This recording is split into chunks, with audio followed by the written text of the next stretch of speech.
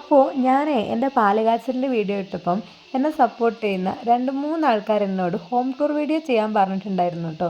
അപ്പം ഞാനാണെങ്കിൽ ആകെ മടിച്ചിരുന്നത്. വീടിൻ്റെ പണി മൊത്തത്തിലൊന്നും കഴിഞ്ഞിട്ടില്ല, ഇനിയും കുറച്ച് അല്ലറ ചില്ലറ പണിയും പിന്നെ ഒതുക്കാനും പെറുക്കാനും ഒക്കെ ബാക്കിയുണ്ട്. അപ്പം ഞാൻ എൻ്റെ പുതിയ ഹോം ടൂർ കാണിക്കണമെങ്കിൽ എനിക്ക് എൻ്റെ പഴയ വീടും പരിസരവും കാണിച്ചേ മതിയാവും. അതുകൊണ്ടാണ് ഈ ഒരു വീഡിയോ കാണിക്കുന്നത് കേട്ടോ. കാരണം ഇത് ഞാൻ ജനിച്ച് വളർന്ന വീടാണ്. ഇപ്പം എൻ്റെ വീട്ടിലാണെങ്കിൽ എൻ്റെ അച്ഛനും അമ്മയും വെച്ച് പിടിപ്പിച്ച ചെടിയും ഒക്കെയാണ് കേട്ടോ ഇത്. ശരിക്കും വയനാട്ടിലായതുകൊണ്ട് തന്നെ മൊത്തം കൃഷികളും ചെടിയൊക്കെ ആയിട്ട് എൻ്റെ വീടിൻ്റെ പരിസരം നല്ല ഭംഗിയായിരുന്നു കേട്ടോ കാണാൻ വേണ്ടിയിട്ട്. ഇപ്പോൾ വീട് നല്ല പഴക്കമുള്ള വീടാണ്, ഒരു 19 വർഷത്തിന് മുകളിൽ പഴക്കമുള്ള വീടാണ്. പക്ഷെ ഞങ്ങൾക്കാണെങ്കിലുണ്ടല്ലോ, ഞാൻ ഷോർട്സ് പറഞ്ഞിട്ടുണ്ടായിരുന്നു, പണ്ടൊക്കെ ആ ഒരു വീട്ടിൽ താമസിക്കുന്ന സമയത്ത് ഒരിക്കലും പുതിയൊരു വീട് വേണമെന്ന് അന്ന് തോന്നിയിട്ടില്ല കേട്ടോ. നല്ല രീതിയിലൊക്കെ മഴക്കാലത്ത് ചോർന്നൊലിക്കുകയൊക്കെ ചെയ്യായിരുന്നു, ഓട് പൊട്ടുമായിരുന്നു, എന്നാൽ പോലും ആ ഒരു ചിന്ത അന്ന് വന്നിട്ടില്ല. പക്ഷെ എൻ്റെ അനിയത്തിൻ്റെ കല്യാണം കഴിഞ്ഞ് ഞങ്ങൾ വേറെ ആയപ്പം ഇവിടെ അച്ഛനും അമ്മയും ഒറ്റക്കായപ്പം അവരിനി സേഫ് അല്ലല്ലോ എന്നുള്ളൊരു ചിന്ത കൊണ്ടാണ് വേറൊരു വീട് വേണമെന്നുള്ള ചിന്ത വന്നത്. പക്ഷേ നമ്മൾ വിചാരിക്കും പോലെയല്ല ആവണമെന്നില്ലല്ലോ. നമ്മൾ അന്ന് ആ സമയത്ത് ഒരുപാട് ആഗ്രഹിച്ച് അതിൻ്റെ കാര്യങ്ങളൊക്കെ ചെയ്ത് അവസാനം നമുക്ക് വീട് വെക്കുന്നതിൻ്റെ മുന്നേ തന്നെ നമ്മൾ ഒരിക്കലും വിചാരിക്കാത്തൊരു കാര്യം നമ്മുടെ ജീവിതത്തിലേക്ക് വന്നു കേട്ടോ. അപ്പോൾ ആ ഒരൊറ്റ കാര്യം കൊണ്ട് തന്നെ നമ്മൾ ഈ ഒരു വീട് വെക്കുമ്പം നമ്മൾ പൂർണ്ണ സന്തോഷത്തോടു കൂടി അല്ല കേട്ടോ ഈ ഒരു വീട്ടിലേക്ക് കയറുന്നത്. അപ്പോൾ ഈ ഇപ്പോഴത്തെ വീടിൻ്റെ പരിസരമാണെങ്കിൽ ഒട്ടും സെറ്റല്ല. കാരണം ഞങ്ങളെ വീട് പണിയുന്നതിന് മുന്നേ നമ്മളൊട്ടും വിചാരിക്കാത്തൊരു കാര്യമായിരുന്നു അച്ഛൻ ഞങ്ങളെ വിട്ടു പോയത് കേട്ടോ.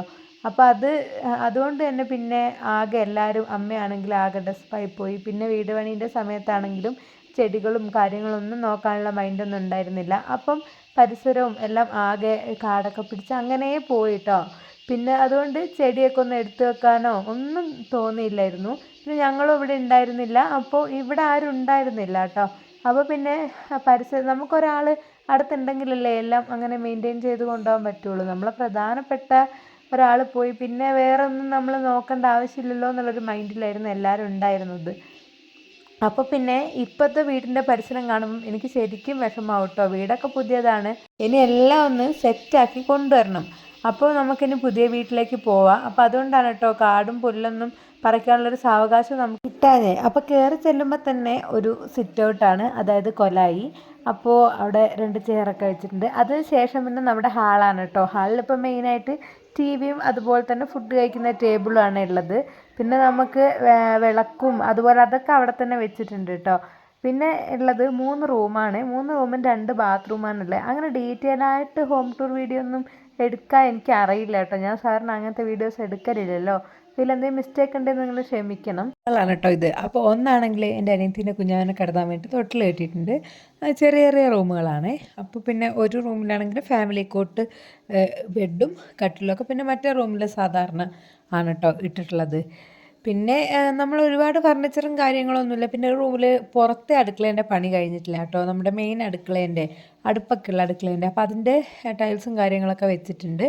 പിന്നെ ഹാളിൽ ഞാൻ പറഞ്ഞല്ലോ ടി വിയും കാര്യങ്ങളൊക്കെ, അത്രയൊക്കെ തന്നെ ഉള്ളൂ കേട്ടോ. പിന്നെ 2 ബാത്റൂം ഉണ്ട്. എനിക്ക് അങ്ങനെ ഡീറ്റെയിൽ ആയിട്ട് പറയാനൊന്നും അങ്ങനെ അറിയില്ല കേട്ടോ. ഹോം ടൂർ ഇതുവരെ ചെയ്യാത്തത് കൊണ്ടാണ്. പിന്നെ അടുക്കളയാണെങ്കിൽ കാണിച്ചു തരണമെങ്കിൽ നമ്മുടെ ചെറിയ അടുക്കളേൻ്റെ പണി കഴിയാത്തതുകൊണ്ട് ഈ ഒരു അടുക്കളയിലാണ് എല്ലാ സാധനങ്ങളും ഉള്ളത്. അപ്പോൾ ഇത് കാണുമ്പോൾ നിങ്ങൾ വിചാരിക്കും വലിച്ചു വാരിയിട്ടതാണ്. അപ്പോൾ അതുകൊണ്ട് മൊത്തം പണി കഴിഞ്ഞിട്ട് ഞാനൊരു ഹോം ടൂർ ചെയ്യുന്നതായിരിക്കും കേട്ടോ. അപ്പം നമ്മളെ അടുക്കളൻ്റെ അവസ്ഥ ഇതാണ് കേട്ടോ. അപ്പോൾ ഇത് വലിച്ചു വാരി ഇട്ടോന്നല്ലേ, നമുക്കിപ്പോൾ ആ ഒരു സൗകര്യക്കുറവുള്ളത് കൊണ്ടാണ്.